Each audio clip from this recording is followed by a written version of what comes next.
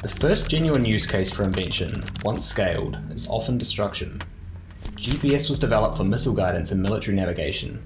The nuclear bomb preceded atomic energy, and the discovery of metallurgy was driven by weapon creation before it was used as infrastructure of cities. Humanity's latest invention is seriously capable AI, and it seems that the near-future emergence of legitimate agentic AI, with enough data access to make real decisions and execute end-to-end processes within its domain, will initiate a destructive recalibration of most things, just as most emerging technologies have done so in the past. It'll increase the likelihood of trends like authoritarian leadership creeping into democracy, increase citizen surveillance, and it's going to introduce better tools that can be used to suppress or promote ideas and systems that suit the agendas of the billionaire class who sponsor these tools as they're scaling. The ultimate results of these changes are the way that they're altering the nature of social structures, where AI is expanding the gulf between real-life social networks and the ones we fit into online. It's probably only going to influence the century to get weirder in its antisocial tendencies, and these trends are slowly making society weaker, meaner, and more delusional. So obviously AI has got its positive applications too, but history's telling us not to be so naive. More AI integration means more interaction with machines and the content that they create, instead of with human expertise in content.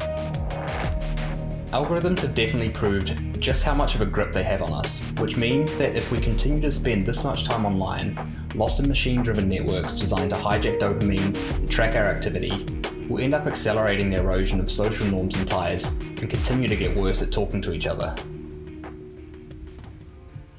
The world is going to favour the economics of low-effort, artificial creation, just as we went from building made-to-last tools and appliances to cheap plastic garbage.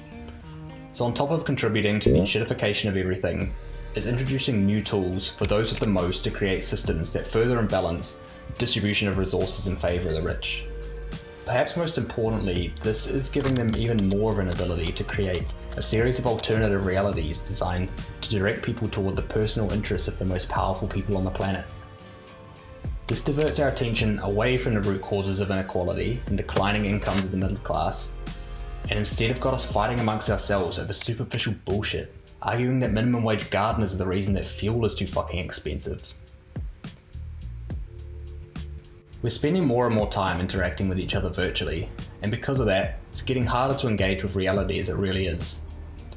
Talking on the phone and chatting over Messenger is amazing technology that we couldn't live without, but they're proxies for communication, and our over-reliance on them to socialise and work with each other is starting to counterbalance the positives.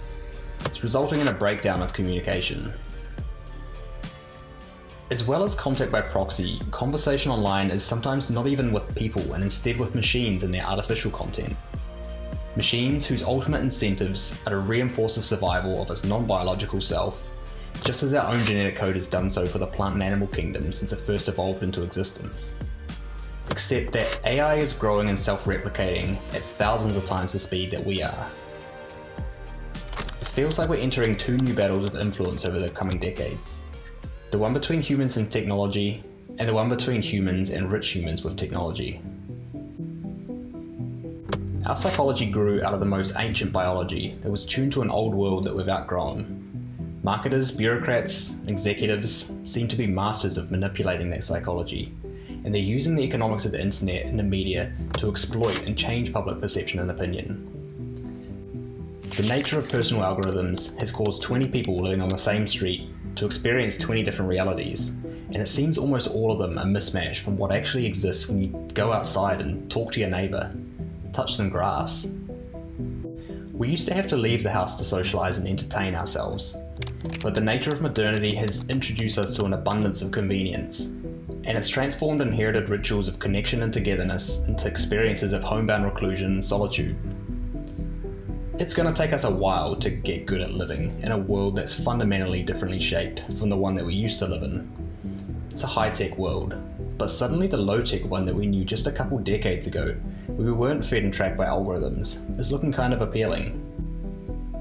We used to use the internet to connect, but perhaps it's time to log off for the same reason. The destructive potential of advanced AI on social orders will only be realised in proportion to the amount of time that we continue to spend online.